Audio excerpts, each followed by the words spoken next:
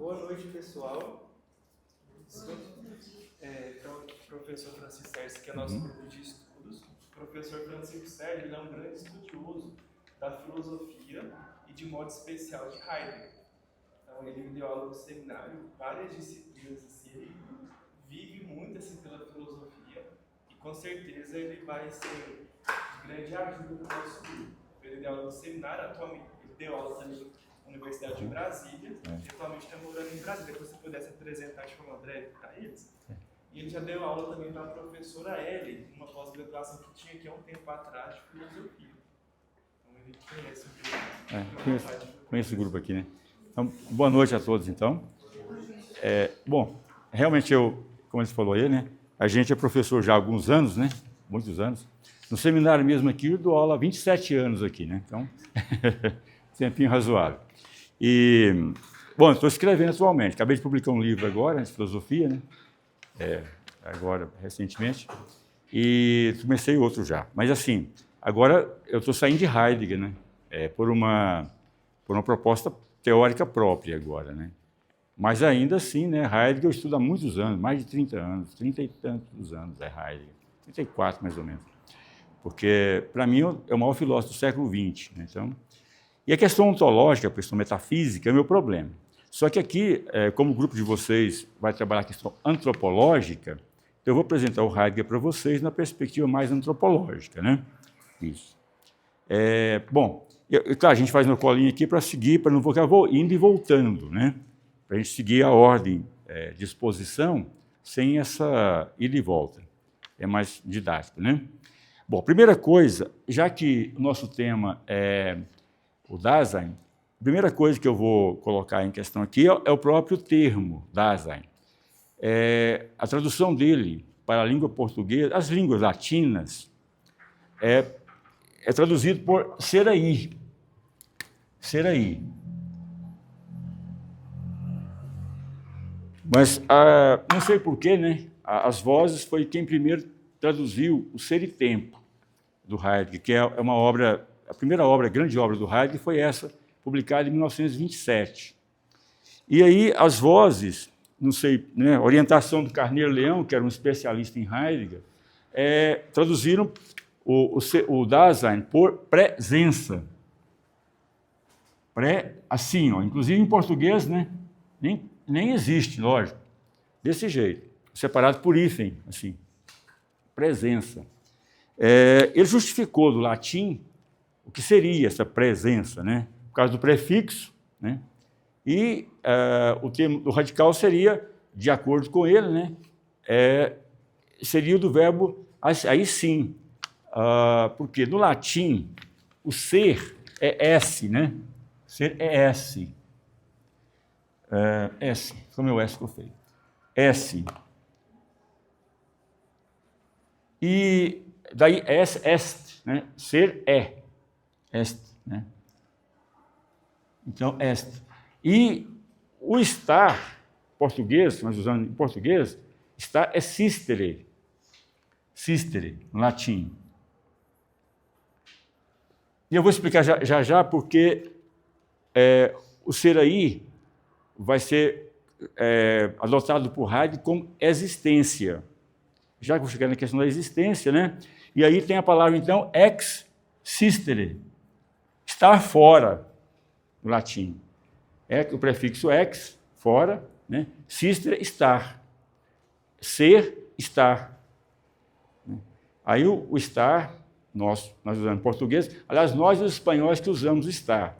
Os franceses não usam, os italianos não usam, nas línguas latinas, né?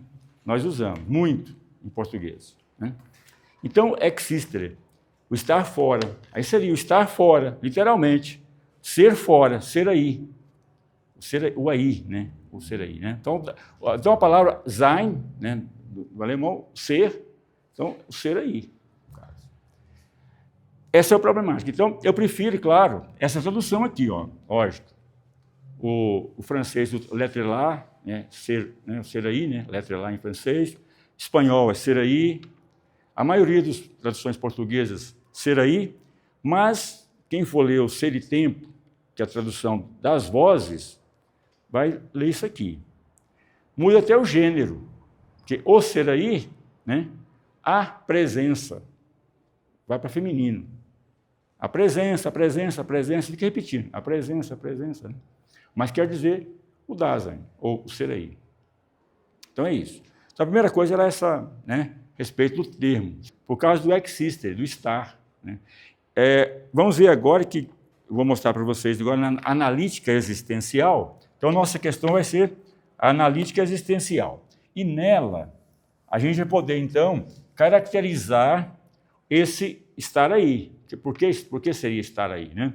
Vamos caracterizar, porque a existência passa a ser a forma de ser do ente humano, ou seja, do ser aí, né, do Dasein, certo? Do Dasein. Então, vamos lá. Essa tradução portuguesa do presença é a única, não tem mais ninguém. Inclusive, outros tradutores, como o Ernildo Stein, do Rio Grande do Sul, tem, assim, atualmente tem o Casanova, né, Marco Casanova, também, todo mundo usa ser aí. Só o Carneiro Leão, que orientou a tradutora, tem uma mulher, inclusive, que traduziu o Ser e Tempo, né? Mas aí as vozes comprou os direitos, né? E aí vai sempre ser presença, né? Muito bem. Então vamos lá agora. Analítica existencial.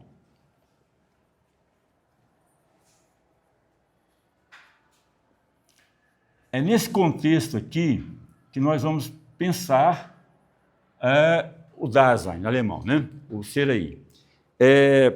Nessa analítica existencial, nós temos, de acordo com a questão do Heidegger coloca, né, exatamente a existência como forma de ser do ser aí. Por que existência? Porque o ser aí é a partir de fora.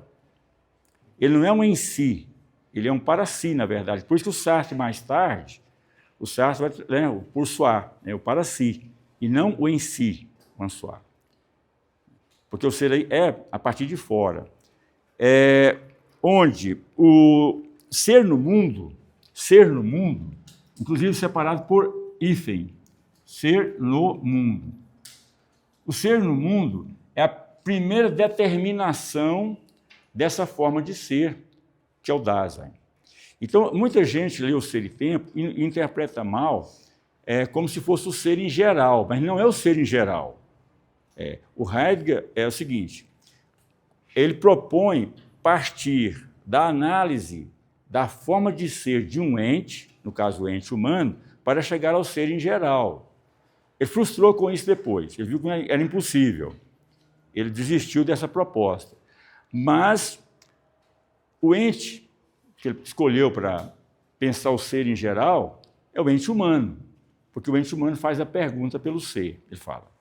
Né? As coisas são, mas o ente humano pergunta pelo ser. Poder perguntar pelo ser é perguntar pelo sentido de ser. E aí isso já é aristotélico, porque Aristóteles fala que o ser se diz em vários sentidos, de forma analógica. Né? Então o Heidegger vai partir dessa proposta aristotélica para pensar o ser. E aí, de acordo com ele, então, o ser aí, ou Dasein, é quem faz essa pergunta. Por quê? Porque ele existe. E a partir do fato dele existir, ou seja, estar fora, né, é que ele faz essa pergunta. Quem eu sou? Né? Quem sou eu? Né? Então, a partir dessa pergunta aqui, ou seja, o fato dele ser no mundo. Essa proposta aqui, de acordo com o próprio Stein, Ernildo Stein, que é um gaúcho, que interpreta Heidegger, ele fala que essa proposta do mundo para Heidegger, ou ser no mundo, é paradigmática. Como assim? É um modelo de pergunta, um modelo de forma de filosofar. Essa é a proposta do Stein. A gente vai poder, agora, rapidinho, fazer uma caracterização do que é ser no mundo, já já. Mas eu quero explorar um pouquinho mais o que eu falei. Muita gente confunde o ser em geral com o ser aí, ou Dasein. Como assim? O ser aí, ou Dasein, é a forma... Eu vou escrever direitinho para vocês aqui. Então, o Dasein é a forma própria de ser do ente humano. Então, não é o ser em geral, é a forma própria de ser do ente humano. Ou seja, o ente humano é na forma de ser aí. Ele é nessa forma de ser, na forma de ser aí. Ou seja, ele nunca é um em si, aí, ó, como um real, como uma coisa real. A gente vai ver que o que caracteriza, e aí o Heidegger tem uma influência muito grande do Kierkegaard, né? No que diz respeito à existência não ser algo real. O Kierkegaard, no século XIX, ele bate de frente contra Hegel, porque o Hegel trata o real como o próprio ser. O Kierkegaard diz, não, a existência que caracteriza o ser, porque a questão é o indivíduo, o que conta é o indivíduo, a existência do indivíduo. E a existência não é real, ela é possibilidade. Então, o que caracteriza o ser do ente humano é a possibilidade. Que daqui a pouco nós vamos conhecer, vou chamar de possibilidades existenciais. A gente vai falar disso agora. Então, o que caracteriza o ser do ente humano é a possibilidade. É o poder ser. Sempre poder ser. Né? Então, daí a existência é a forma de ser do ente humano, enquanto é Dasein. Certo? É isso. Então, essa forma própria de ser do ente humano é isso. Então, é uma questão ontológica. A gente fala, é ontológica. Certo? Muito bem. Então, essa é a primeira coisa que eu queria que você ficasse, né, muito claro para vocês. E aí, nesse caso, o ser no mundo, agora sim, como a primeira determinação dessa forma de ser no mundo. Então, o homem se descobre no mundo. Se descobre no mundo. Mas o que é o mundo? A primeira coisa é o que é o mundo, né? Então, o mundo, o Heidegger fala o seguinte, e ele, é claro, sim, outra coisa importante aqui, exatamente nessa perspectiva, essa relação entre ôntico e ontológico, e agora vamos falar do mundo aqui, ôntico diz respeito à forma como nós temos acesso às coisas, é o nível ôntico, e ontológico é o ser, é a questão filosófica propriamente falando. Ôntico é como tudo está por aí. Quando nos deparamos com as coisas, os fenômenos, tudo isso é um nível ôntico. Né? E o fenomenológico é o nível ontológico para Heidegger. Ele fala o fenômeno tem dois níveis, o fenomênico e o fenomenológico. O fenomênico é o ôntico, exatamente, como nós acessamos as coisas. E o fenomenológico é o ontológico. Certo? Então, nesse sentido, sim, quando nós perguntamos sobre o mundo, o que é o mundo, temos várias formas de nos referir ao mundo. Por exemplo, onticamente agora, no sentido nível ôntico, o mundo mudou muito, né? O mundo do século XIII para o mundo do século XX, XXI agora, mudou muito. No sentido histórico do mundo. Histórico. O mundo é cheio de coisas, sentido conjuntural. Cada um é um mundo à parte. Cada um é um mundo à parte. É um sentido subjetivo, psicológico aí, ó. Cada um é um mundo. Mas o que é o mundo, afinal? Né? Ele fala, primeiro que o mundo só se refere ao ente humano, sempre ao ente humano. Porque o ente humano é constituidor de mundo. Ele tem um livro grande, bem grande mesmo, que ele fala assim, o homem, a pedra não tem mundo, o animal é pobre de mundo, e o ser humano é um constituidor de mundo. Então, o mundo é constituído por nós. Então, se o mundo muda, porque o ser humano mudou, é o ser humano que constitui o mundo. Então, o que é o mundo, assim, definindo rapidamente?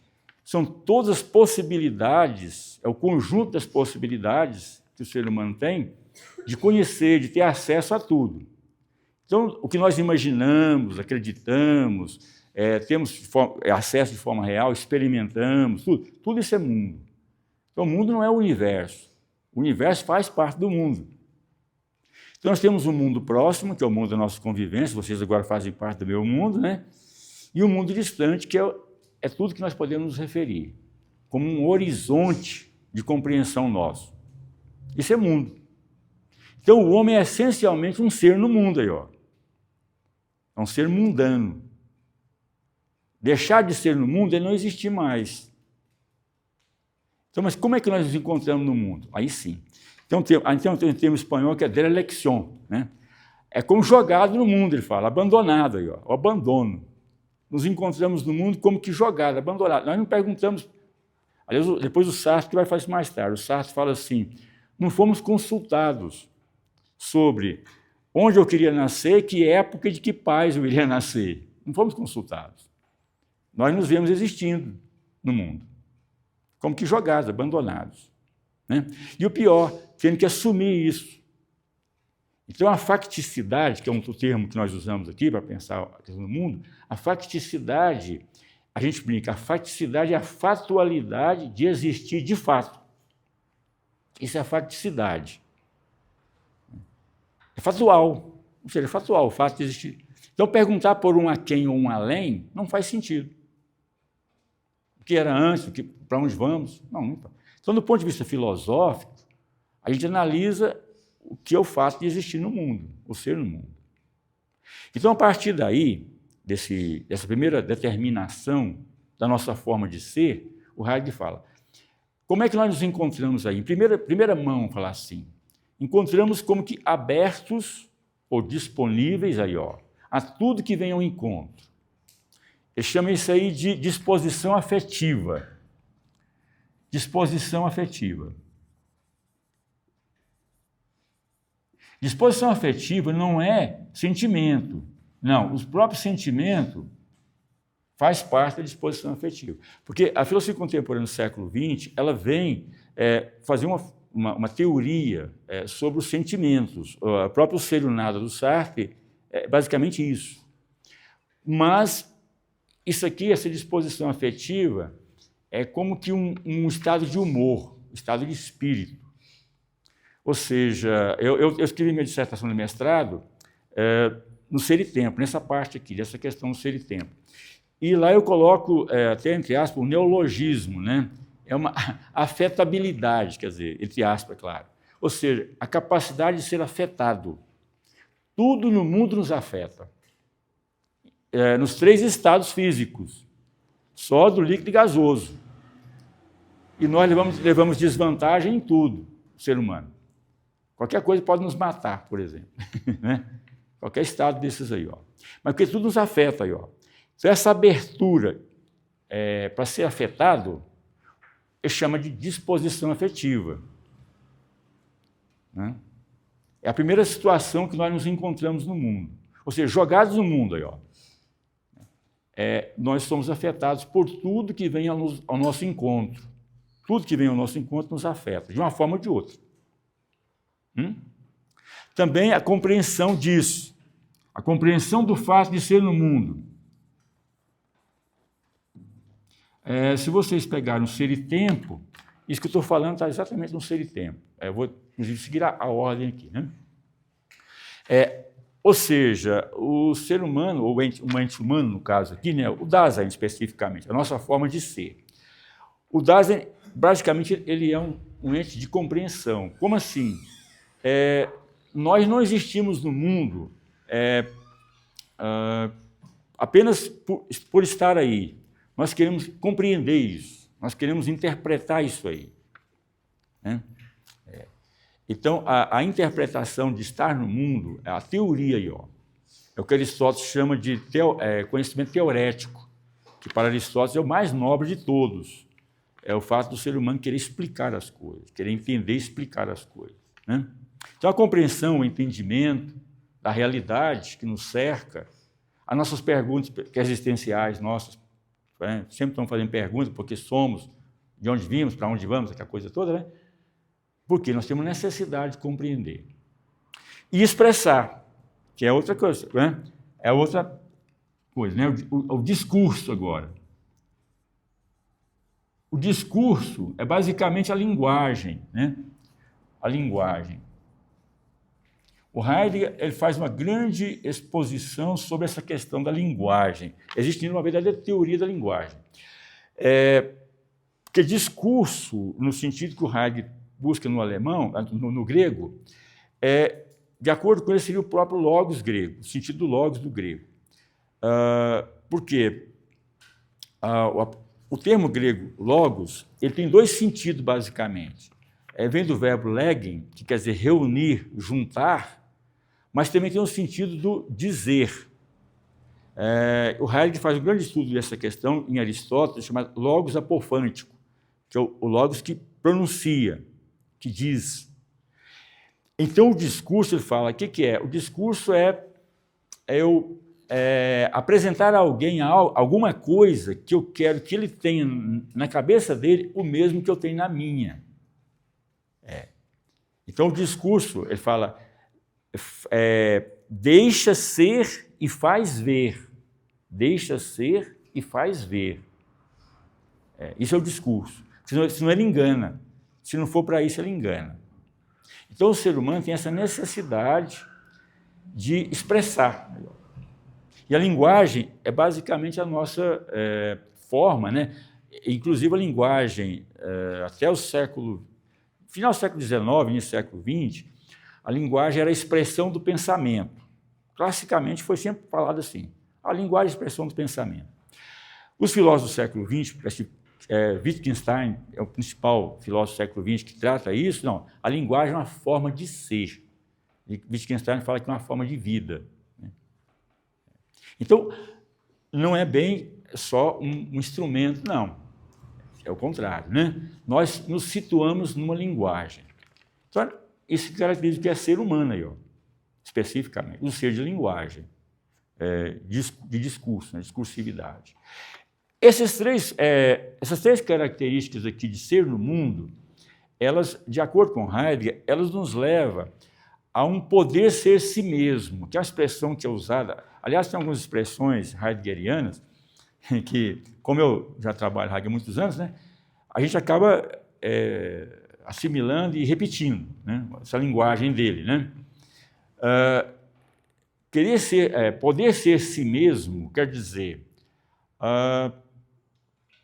para ele, porque eu vou falar agora das características que faz o ser humano desviar disso, desviar dessa poder ser si mesmo. Né? Essas três aqui, não, levam o homem de encontro a si próprio, a si mesmo. Né? Mas tem três outras que, ao contrário, elas levam o ser aí a se distanciar de si mesmo, que são, no caso aqui, o impessoal, no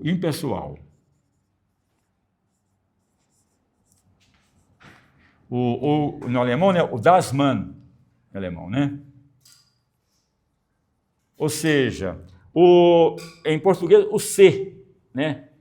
A gente utiliza essa partícula, né, quando nós escrevemos o verbo na terceira pessoa do singular, né, para impessoalizar, tem sujeito, não sei qual é, né? Então nós usamos o ser. Faz-se, vive-se, busca-se. O Heidegger fala, no cotidiano, olha aí, no cotidiano, quem impera é o impessoal. Nós obedecemos o impessoal. Mas ele tem um preço alto, porque o impessoal, ele nivela. Qualquer um que se distingue, qualquer um que sobressai, ele, né, cai matando. Então, as pessoas preferem ser normais, aí, obedecer esse impessoal. Né? Que ninguém sabe de onde vem, mas todo mundo, né, diz, tudo bem. Então, vive-se, se diverte, e assim por diante. A gente faz o que todo mundo faz e acha que é diferente, né? Porque é bem legal isso aí, ainda acha que é diferente. Mas, então, isso caracteriza o ser aí cotidiano, ou Dasein cotidiano, que não trabalha isso aqui, não busca ser si mesmo, né? A conquista de si mesmo. É isso aqui. Outra característica, além do impessoal, é também o que ele chama de falatório, ou parolagem, né? Parolagem, né? Falatório. Esse falatório aqui, mais do que nunca, nós estamos vivendo ele hoje. Onde, quando ele explica isso aqui, ele fala o seguinte, as pessoas se apegam tanto, né, a falar, que as notícias, por exemplo, ele fala, chega a um ponto de querer antecipar os próprios acontecimentos. Ou seja, as pessoas falam tanto que quando as coisas acontecem, elas já chegam envelhecidas. E aí, pronto. Você pode ver nos jornais, por exemplo, né? As pessoas dão notícia antes da coisa acontecer, praticamente. Uma suspeita que vai acontecer já é noticiada já. Então, as pessoas falam de forma superficial. O Nietzsche fala disso, como ele fala que é como moscas que ficam zumbindo por aí, ó, e fazendo barulho, né? O Nietzsche ele utiliza essa expressão das moscas. Inclusive, o Nietzsche fala quão interessante é quando uma pedra cai num poço profundo. A gente tem que ficar esperando para ouvir o barulho. Ao contrário, né? Na feira, o Nietzsche usa a expressão, a feira, todo mundo só fala. Então, hoje é uma característica muito comum. A outra é a ambiguidade. A ambiguidade. Essa ambiguidade aqui, ele fala, é uma espécie de... onde as pessoas, de certa forma, são ávidas de acontecimento, ávidas de novidade. Aí sim, usei o exemplo da mosca de padaria. Ele fala, pousa aqui, pousa ali, pousa lá. Ou seja, qualquer hora que a pessoa fala, e aí, o que há de novo? Né? Falou uma coisa, e agora? O que há de novo? E assim, as pessoas não conseguem firmar numa coisa, prestar atenção numa coisa, analisar, etc. Né? Então, tudo aqui caracteriza superficialidade, se você observar bem. Tudo é superficialidade, que hoje está muito comum. Né? Então, ele fala, o que caracteriza o ser aí cotidiano é isso. O Dasein cotidiano é isso. Como ser no mundo. Ó. Como ser no mundo.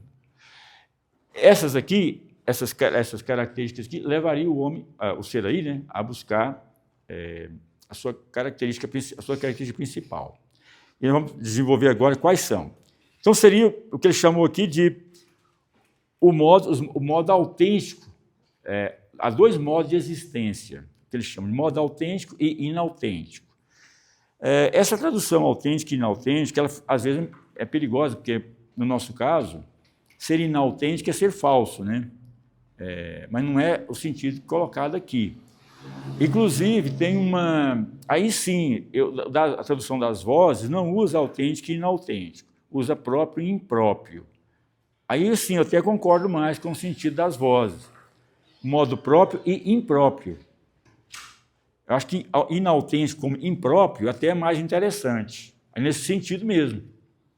O modo autêntico como modo próprio de ser, aí, ó, de ser do ente humano, e o modo impróprio. O modo próprio, aí sim. Inclusive, como a gente estuda esses filósofos todos, né, o Sartre, mais tarde, faz uma grande crítica a Heidegger, no Ser e Tempo.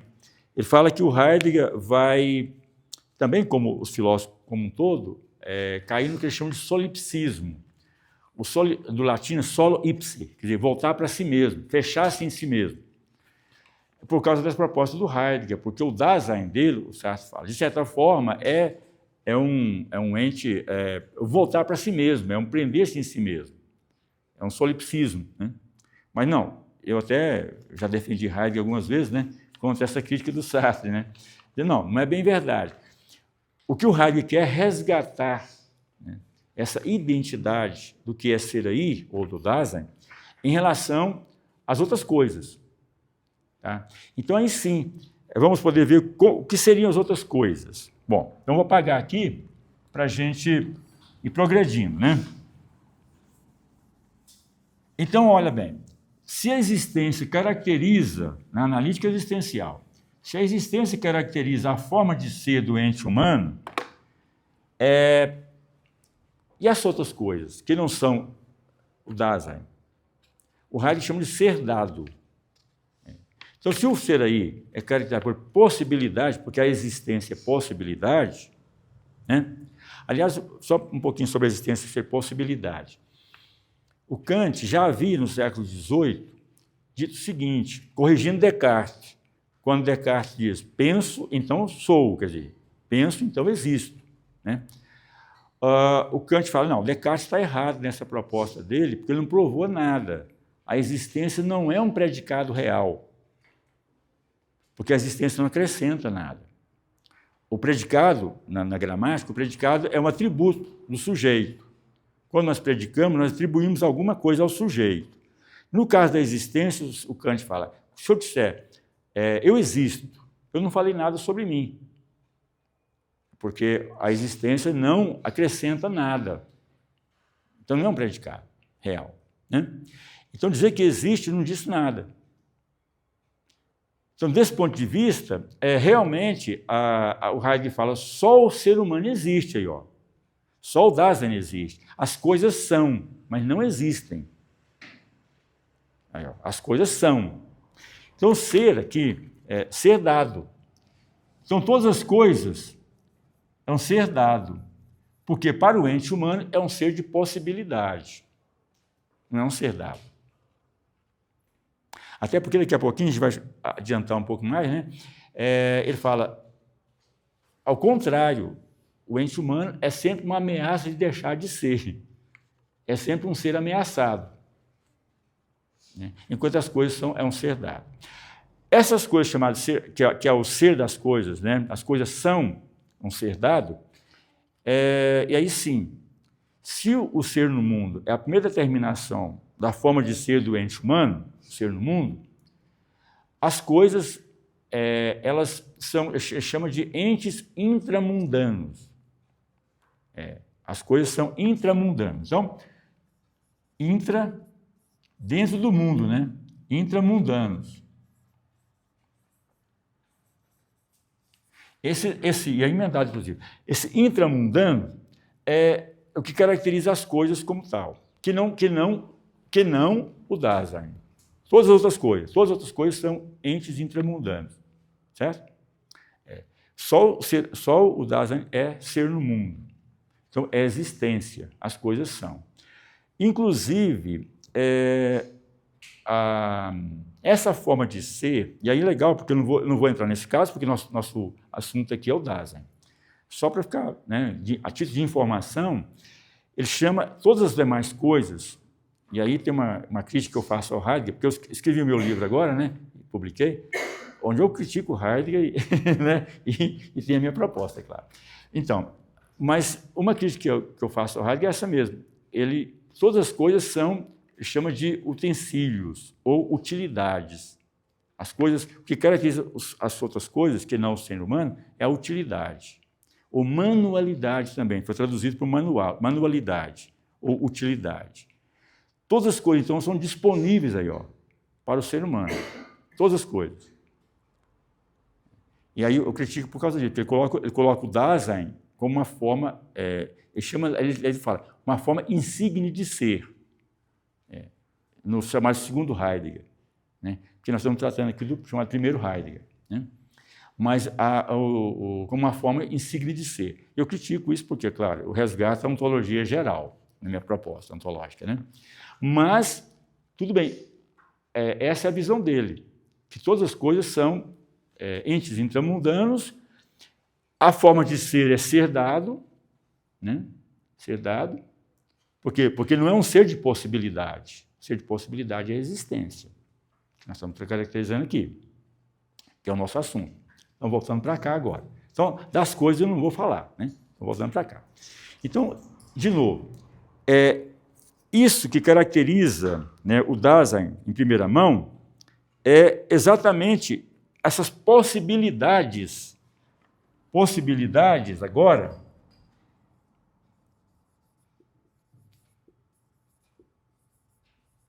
existenciais.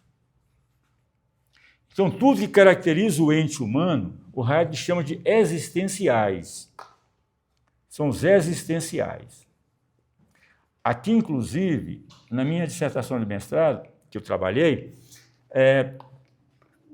que existência por existência? Não, existenciais.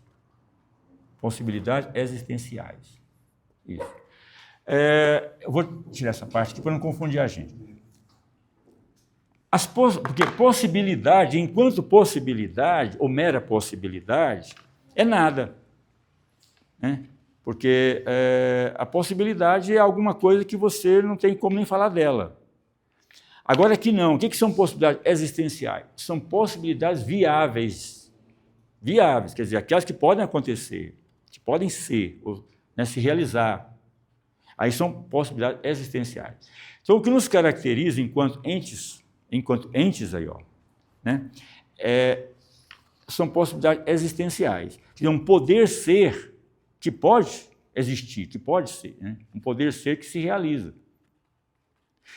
Aí, repito, na minha dissertação de mestrado eu trabalhei essa questão. O que significa, né, até a minha dissertação é o estatuto ontológico do ser aí no ser e tempo. É o meu título, né, do mestrado. O estatuto ontológico, porque eu fiquei preocupado com o seguinte: bom, se tudo que nos caracteriza são possibilidades abertas, como eu vou ter uma unidade, né, uma referência estrutural para esse ente que sou eu, que é você, que é você, que é você? Que na psicologia interessaria muito a vocês, que seria uma espécie de unidade pessoal, ou do ego, né, no sentido freudiano e assim por diante. Que unidade é essa que me caracteriza, que sou eu e não você, e não outro, mas eu? Eu fiquei preocupado com isso. Bom, então, nesse caso, essas chamadas possibilidades existenciais é como elas acontecem para cada um de nós. Como vocês estão tendo um curso mais longo, e o Heidegger é fenomenólogo, é bom lembrar um pouquinho o seguinte, até para vocês da área de vocês, da psicologia, a fenomenologia, como vocês sabem, não sedimenta, como na proposta freudiana, né? Que o ego freudiano ele vai sedimentando nas fases. Né? Cada fase é uma sedimentação, né? Porque passamos de uma fase para outra.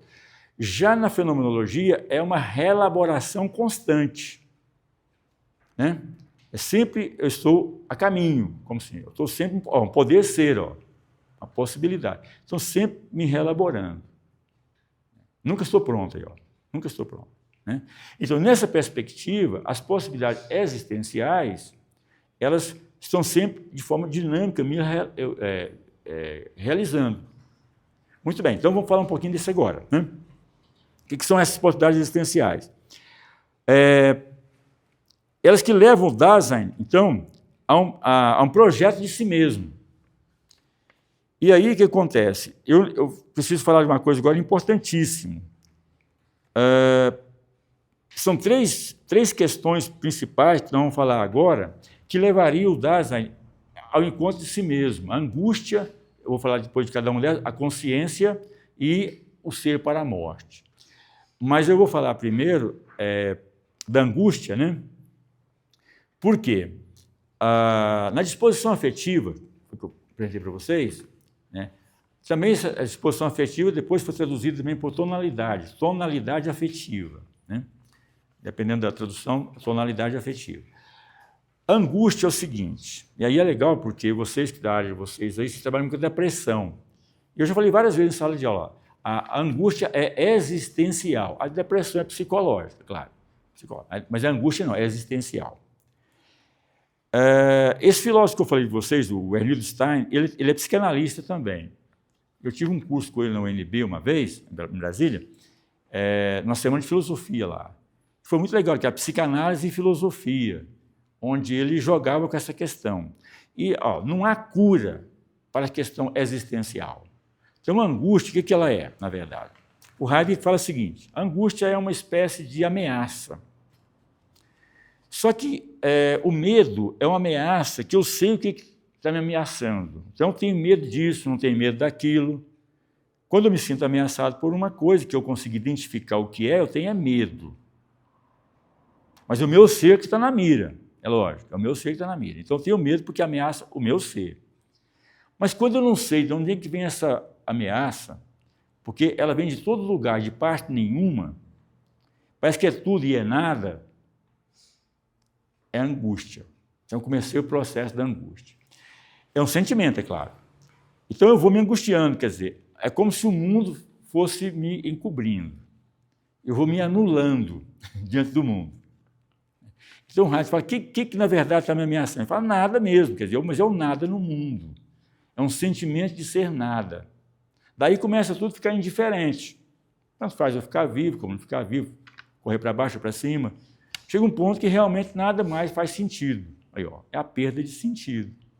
E essa perda de sentido, né, ela vai aprofundando cada vez mais. Então, eu vou mergulhando nisso, a ponto de chegar que mais nada faz sentido. Aí sim, se eu não conseguir me projetar, aí, ó, legal, agora sim, o projeto de si mesmo.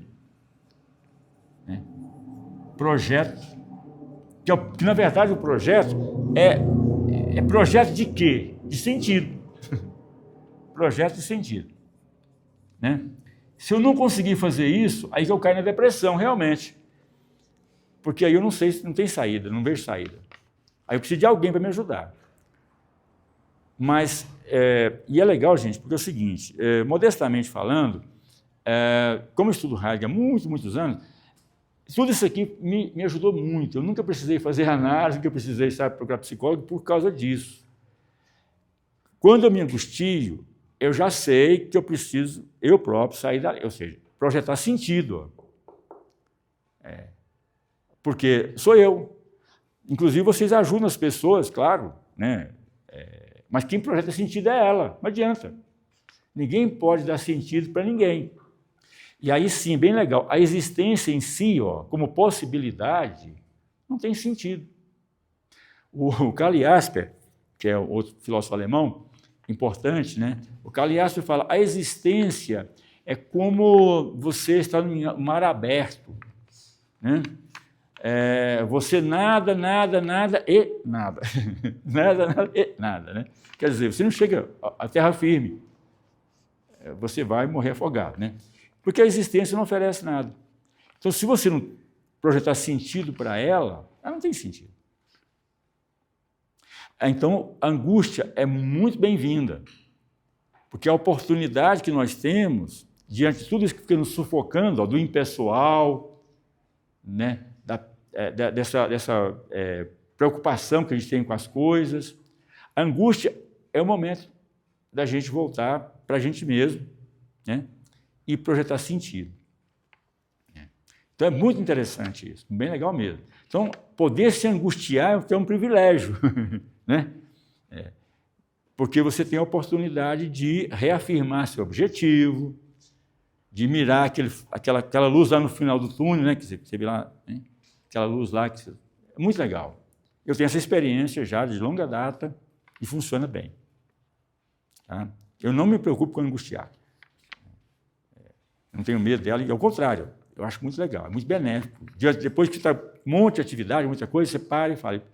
Inclusive, em sala de aula, muitas vezes eu falei isso, assim, uma das coisas que eu próprio faço para mim mesmo é o seguinte, quando estou muito assoberbado de coisa, eu falo assim, e se eu morresse agora?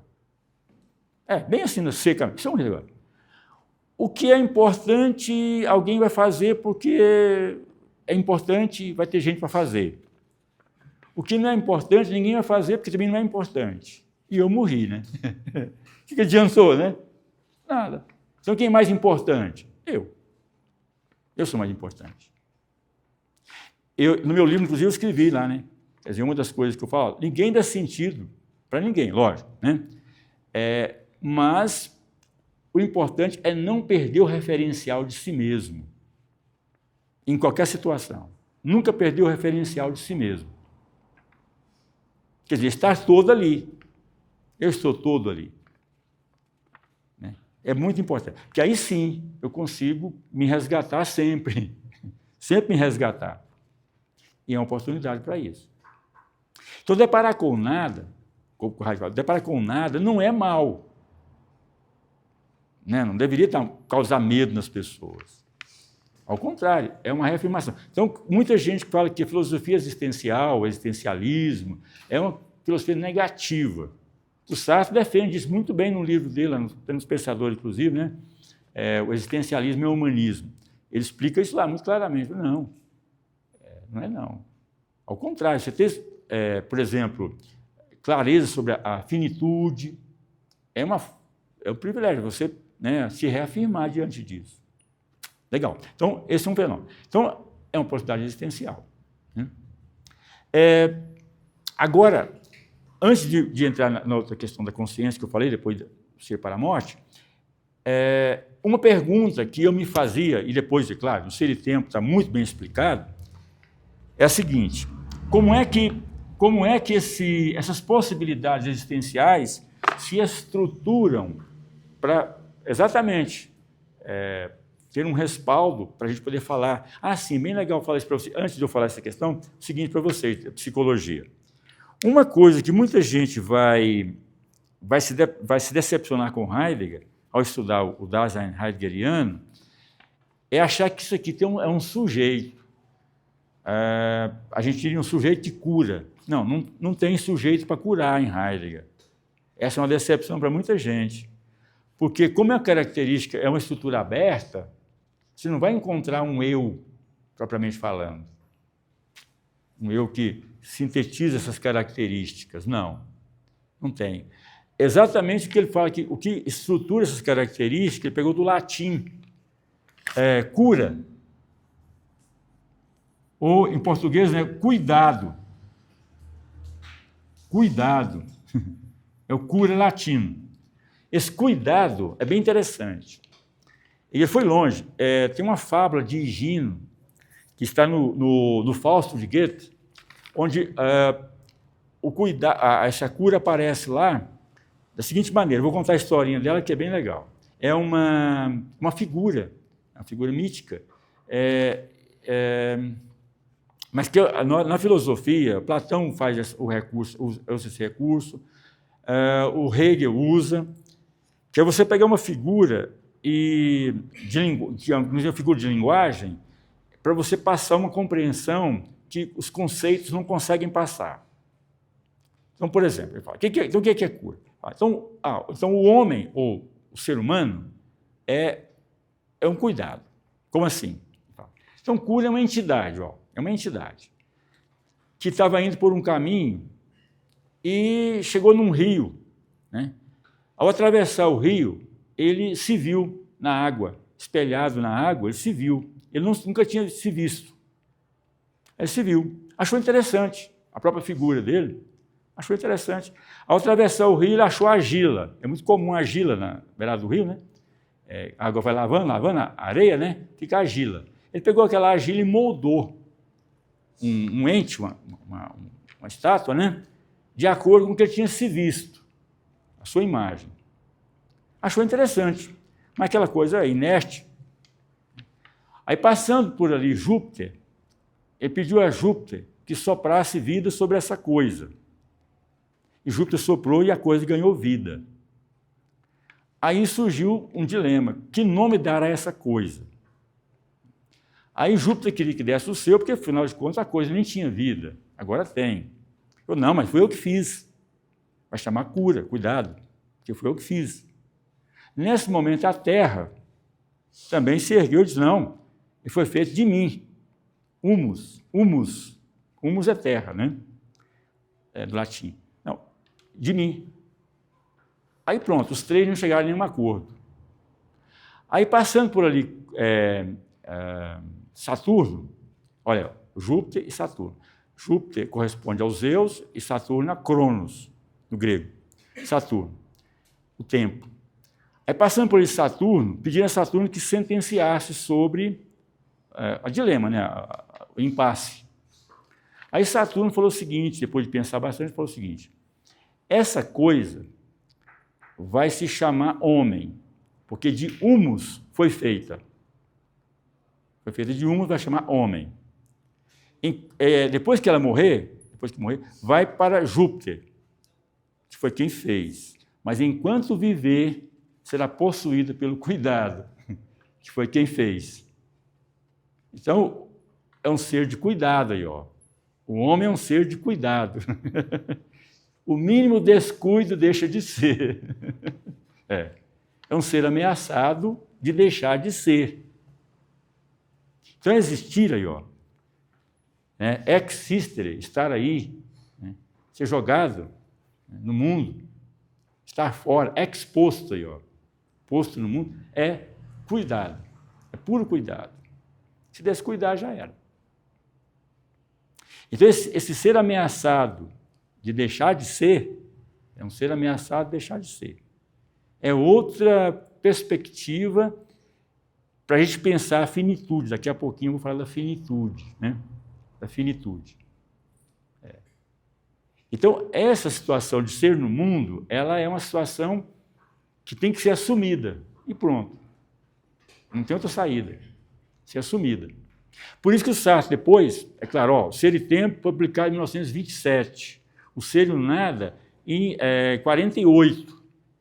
1948, o Ser e o Nada publicado. Muito depois. Ó. Mas o Sartre é muito influenciado pelo Heidegger, o Ser e Tempo do Heidegger.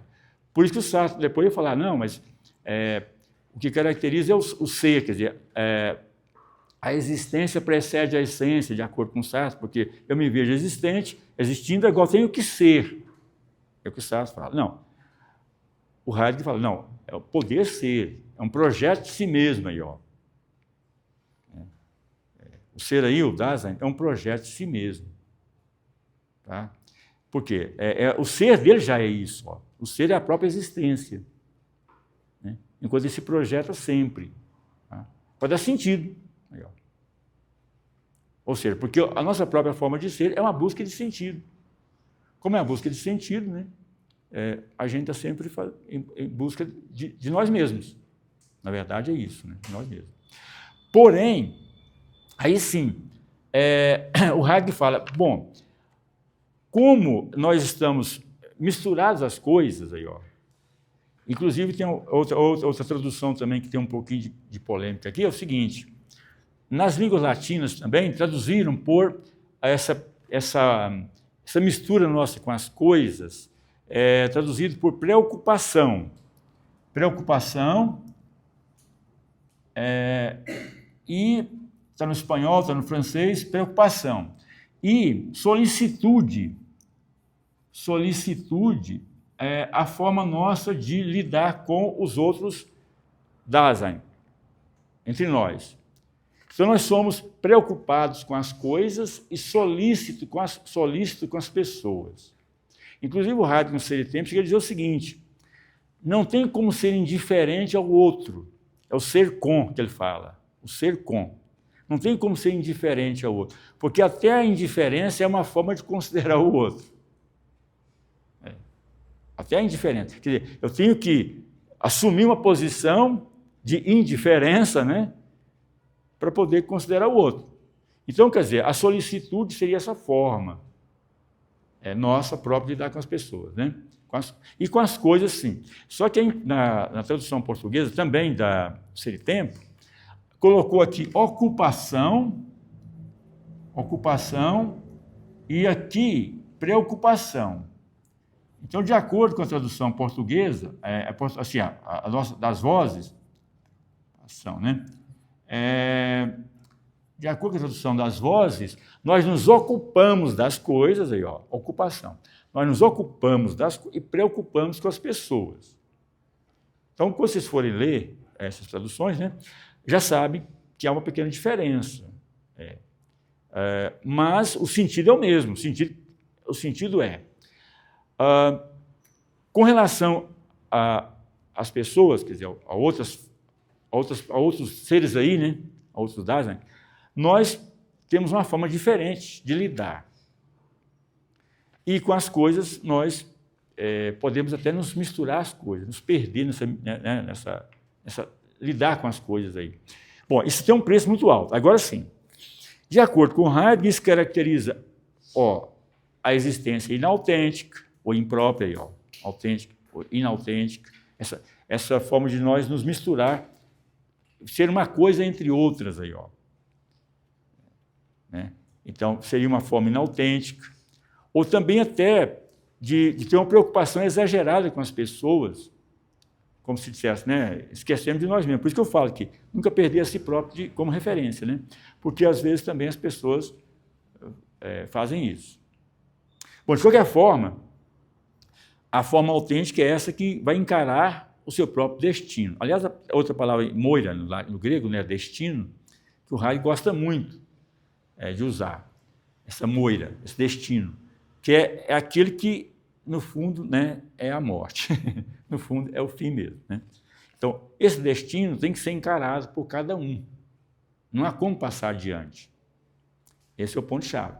Então, como que eu não posso passar adiante, né? O modo autêntico de existir é estar sempre encarando isso, em mim mesmo, como um projeto meu. Tá? Quando fala da morte, eu explico isso melhor. Mas, e essa perda em relação às coisas, pior ainda. Porque me tornar uma coisa entre outras, né? E aí sim, aí agora entra a consciência. O que é a consciência em Heidegger? A consciência para Heidegger, engraçado é que essa questão da consciência, em vários filósofos, ela é tematizada de maneira diferente. Vários filósofos. Por exemplo, o Leibniz fala da consciência como a percepção. O Leibniz fala assim, os animais percebem, mas não a percebem. Quer dizer o seguinte, os animais se dão conta, como nós também, das coisas. A percepção é perceber que percebe. É se dar conta aí, ó. Então, os animais não se dão conta disso. E nós não. Além de perceber, nós nos damos conta de que percebemos. Aí, ó.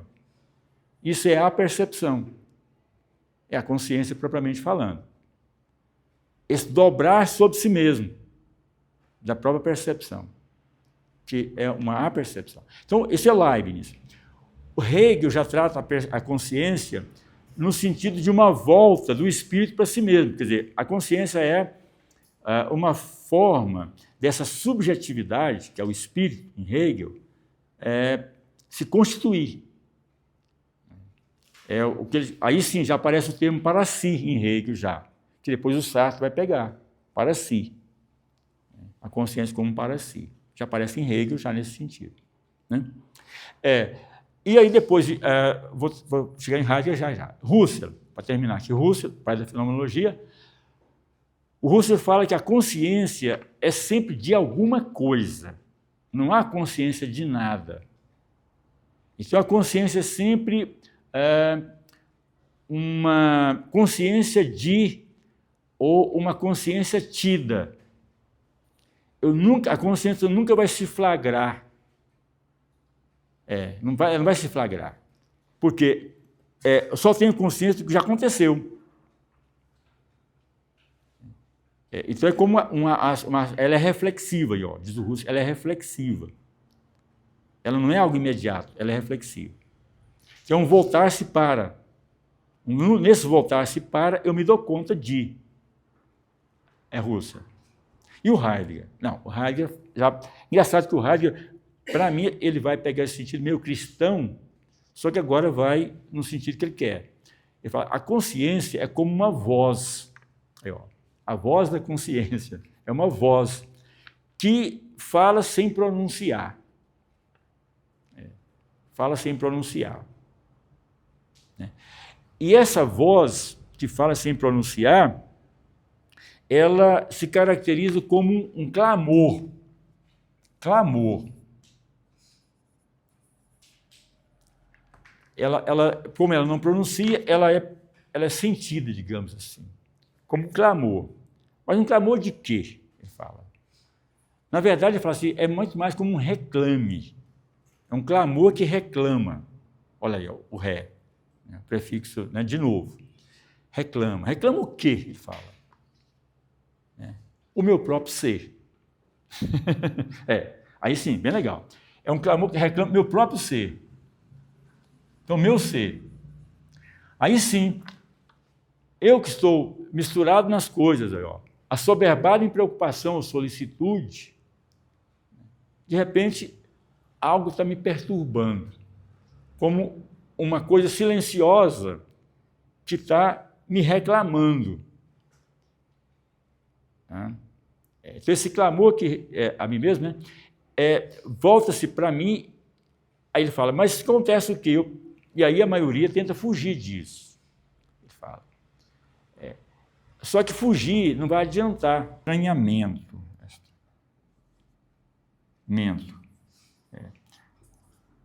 É usado estranhamento. esse estranhamento é propriamente uma sensação de uma perturbação. Porque eu tento fugir, mas não fujo dessa coisa que está acontecendo comigo. Por exemplo, basta eu ficar a só, isso me incomoda. A sós não, né? Mas basta eu ficar só, isso me incomoda. Ou seja, isso vem. E aí as pessoas fogem. Aí liga um som, liga para alguém, e hoje em dia, então, na internet, né? E aí pronto, nessas redes sociais. É fugindo. Mas ele não consegue fugir disso, porque isso funciona dentro dele como se fosse alguma coisa que está roendo, né, por dentro. O que acontece? Então, ele fala, basta eu deixar acontecer, eu vou me dar conta aí, ó. Eu vou me dar conta, ou dar-se conta. Eu vou me dar conta de que eu estou fugindo. De que eu tenho que encarar. De que não adianta. Hoje, talvez, tá? Só porque dentro digamos assim, do calor aqui da exposição, né? A gente pode lhe dizer o seguinte, talvez uma das questões até do fenômeno do suicídio é a incapacidade das pessoas também de fazer esse encaramento de si mesmo. Porque foge, daí não consegue fugir mais, né? Volta para si mesmo, né? De volta de forma avassaladora, né? E aí essa volta para si mesmo funcionaria como uma espécie de alergia, né? Que o organismo vem com um poder tão grande de defesa, né? Que se liquida, né? Poderia ser. Por quê? Porque as pessoas ficam fugindo. A oportunidade de encarar, de ouvir a voz. Ele fala, por quê? A consciência, na perspectiva do Heidegger, né? Ela é como se fosse uma dívida que eu tenho. Essa expressão, ele usa realmente a expressão dívida lá. Não é uma dívida com ninguém, talvez comigo mesmo. De não fazer isso, de não voltar e me encarar. Então, é uma segunda oportunidade do nada, aí, ó, da experiência do nada. A primeira foi na angústia, agora na consciência. E aí é outra oportunidade de eu me projetar de novo, aí, ó, de eu ser eu mesmo, de eu me encarar. Então, não existe lá um sujeito, aí, ó, não existe um sujeito de fundo, um eu, não existe. Existe sempre, né, um projeto, existe sempre um desafio, né? Inclusive, eu fiz no mestrado uma disciplina com um professor de fenomenologia, e ele falava o seguinte, a verdade, na fenomenologia, ela é uma tarefa, que você está sempre descobrindo, é sempre uma descoberta. Não existe uma coisa pronta, sempre uma descoberta. Então, nesse caso, a respeito de si mesmo, né, é isso. É sempre essa descoberta. Então, tem que encarar, não tem como fugir, né? Então, essa é outra questão, tá? Bom,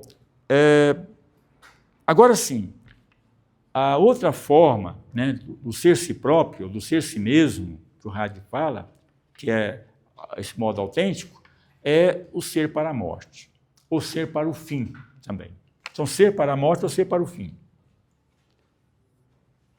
Inclusive, em português, a tradução é toda com hífen, né? Assim, ser para a morte. É toda com hífen.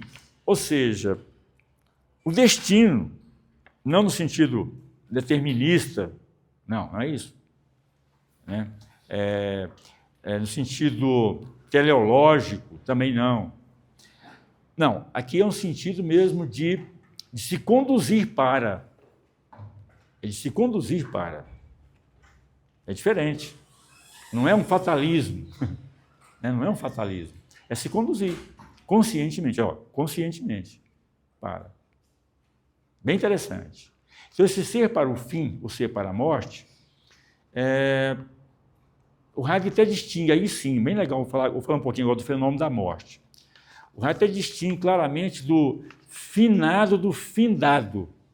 Finado e findado. Ele fala, as coisas são findadas. São findadas. E o homem é finado. Porque é um fim que ele se conduz para ele. As coisas não. É um fim que se dá para a coisa. Aí sim, a morte não é para Heidegger, não é uma coisa que vem de fora. A morte já está em mim. A minha morte já está em mim.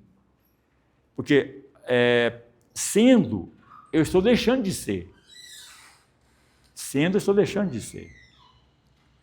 Então, não é alguma coisa que vem de fora. Então, ele fala, a morte é mais certa do que a própria vida. Ou seja, eu tenho mais certeza da minha morte do que eu estou vivo. Porque ela é uma certeza. Porque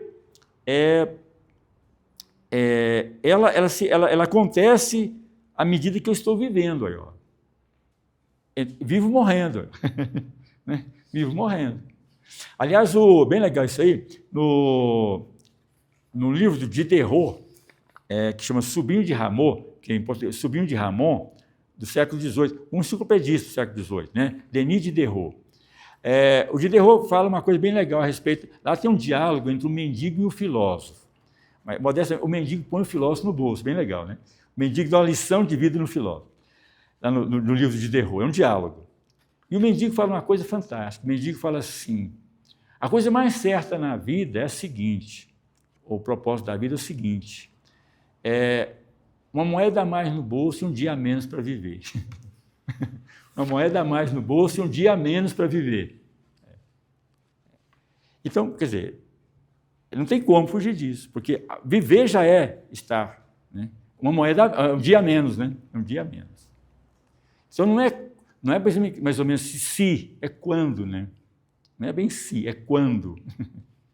Quando. Em espanhol se fala que a possibilidade pura. Isso, pura. A única possibilidade que você não pode evadir. Exatamente, a única possibilidade. Por isso que ele chama de a derradeira possibilidade, ou a última possibilidade. Porque ela na verdade, por quê? Porque ela é a impossibilidade das possibilidades. É isso. É a impossibilidade das possibilidades. Porque existir é possibilidade. A morte é a impossibilidade dessas possibilidades. E aí outra coisa, ele fala, basta existir e já se é bastante velho para morrer. Basta existir e já se é bastante velho para morrer. Ou seja, não existe morte prematura. Por quê? Porque ela não é uma propensão. Nós não somos como uma fruta verde que está propensa a ficar madura. Não.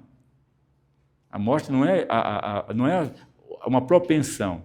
Não estou propenso a morrer. Não. Qualquer hora que eu morrer é agora mesmo. Qualquer hora que eu morrer é agora. Não é uma coisa que está prometida. Tudo isso aí ela analisa lá no Ser e Tempo. Tudo isso que estou falando para vocês. Literalmente, tudo que estou falando aqui está lá no Ser e Tempo. Né? Que não é propensão, que ela não é de fora, quer dizer, ela é mesmo. Então, eu realizo minha própria morte. Outra coisa que ele fala, a minha morte, só eu, ele fala, é um crivo, ela até fala, é um crivo pelo qual só passa o agonizante. Ele fala. Podemos assistir à morte do outro, mas não podemos participar dela. Eu só participo da minha morte. Como um outro não pode participar dela também. Então, é uma coisa que só eu posso passar. A minha morte, só eu posso passar por ela. Então, ele fala, a gente pode assistir à morte dos outros, mas não podemos experimentar ou participar dela. Só da minha própria. Então, tudo isso é analisado. É profundo, é bem legal. Né? Porque a gente, de certa forma, né, essa coisa de achar a morte, aquela figura popular, né, ela anda por aí, né, com uma foice, né, pegando os mais fracos e tal, né?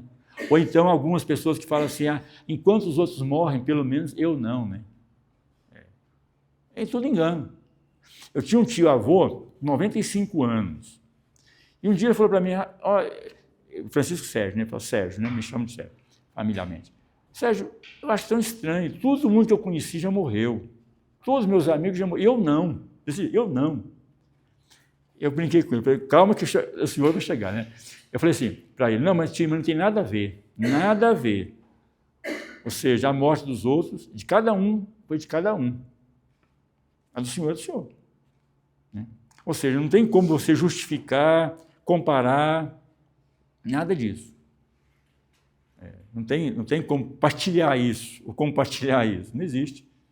Né? É bem interessante isso. Esse crivo pelo qual só passa, né, quem morre.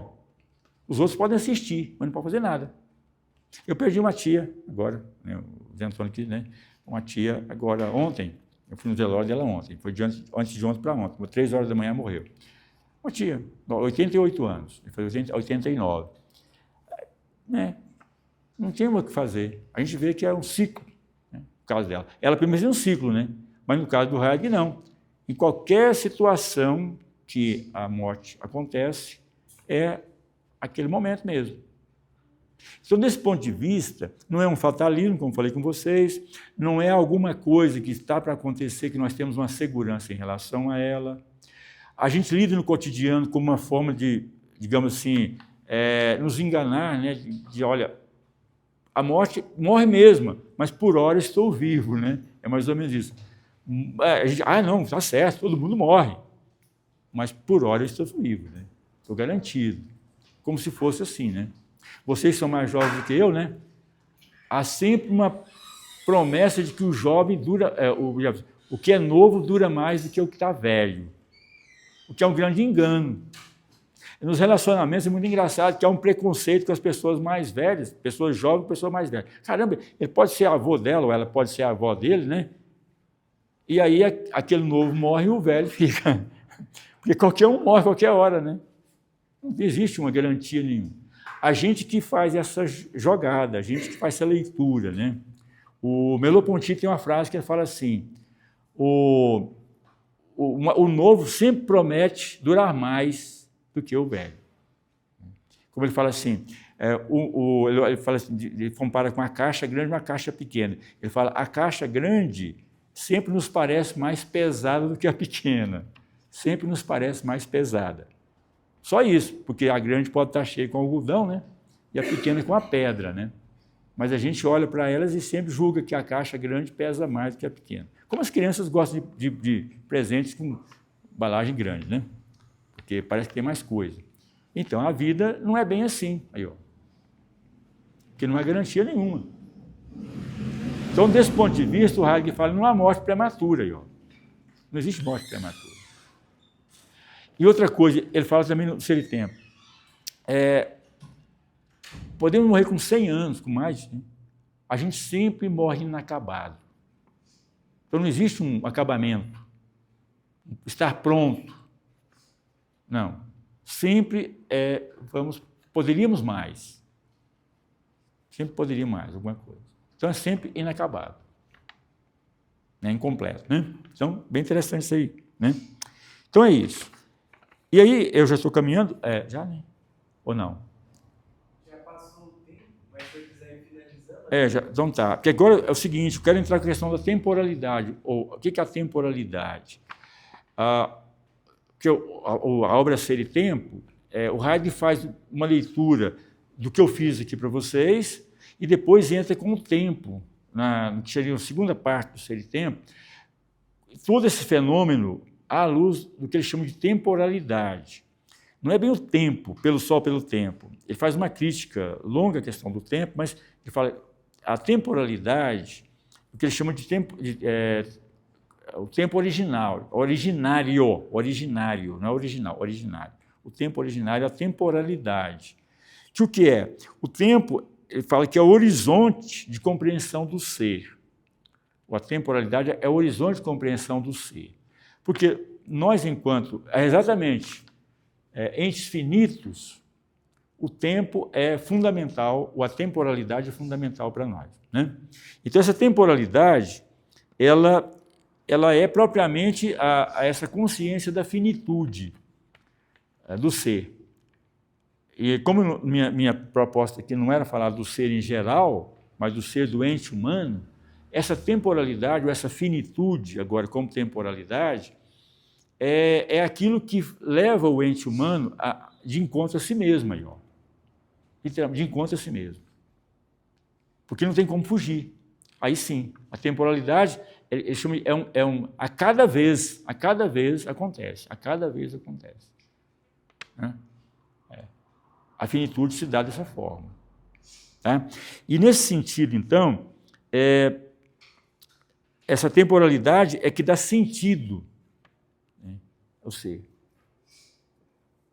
Dá sentido por quê? Porque nós precisamos de realizar as coisas no tempo. Tanto é assim que, dos chamados êxtases temporais, nós consideramos que é o presente, passado e futuro, na filosofia do Heidegger, o futuro, porque até ele muda o nome, ele fala assim, o que é o passado? O passado é um vigor de ter sido. Por quê? Aquilo que do passado vigora no presente é o que nos interessa. Então, o passado é propriamente um vigor de ter sido. E o futuro é um porvir. E o presente é uma atualidade. Então, a atualidade é onde o porvir e o vigor de ter sido se encontram, na atualidade. Esses são os chamados êxtases temporais. E nesses êxtases temporais é que nós realizamos todos os acontecimentos. Por quê? Para ele o tempo é quadridimensional. Além do presente, passado e futuro, existe um alcançar, onde um alcança o outro. É quadridimensional. Então, essa temporalidade para ele, ela é propriamente a realização aí, de todo esse projeto existencial do Dasein. É propriamente essa consciência de ser para o fim, aí, de ser para a morte, o tempo. Então, encarar isso no tempo, aí, porque o tempo não deixa. Né?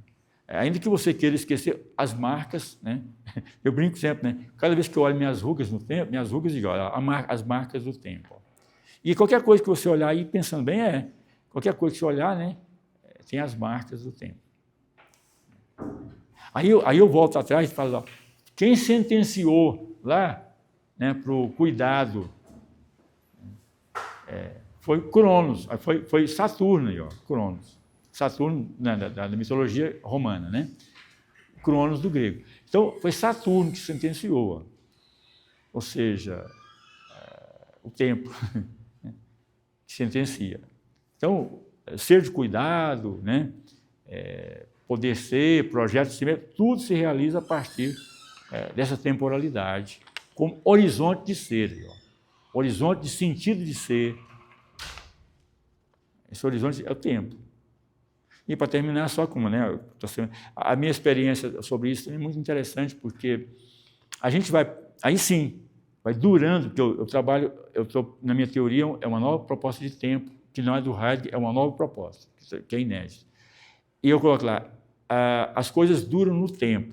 Né? Aí a minha proposta é: o tempo não passa, tudo se passa no tempo.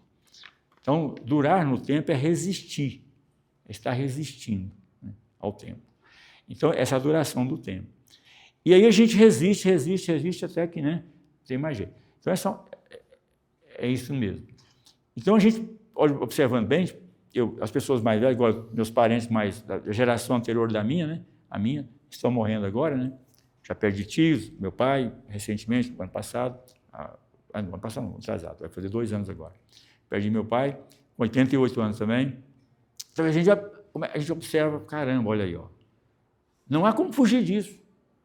Mesmo que eu cumpra um ciclo, que seria o ciclo biológico, né? De ter o privilégio de envelhecer, ainda que eu tenha esse privilégio, né? A certeza está na frente. O tempo não deixa a gente enganar a gente mesmo, né? Até esses projetos existenciais todos, a gente vai, quando é mais novo, faz um projeto mais a longo prazo, depois faz um projeto a médio prazo, agora já mais a curto prazo, né? Sem como fugir, entendeu? Então é bem isso aí, tá bom? Então tá.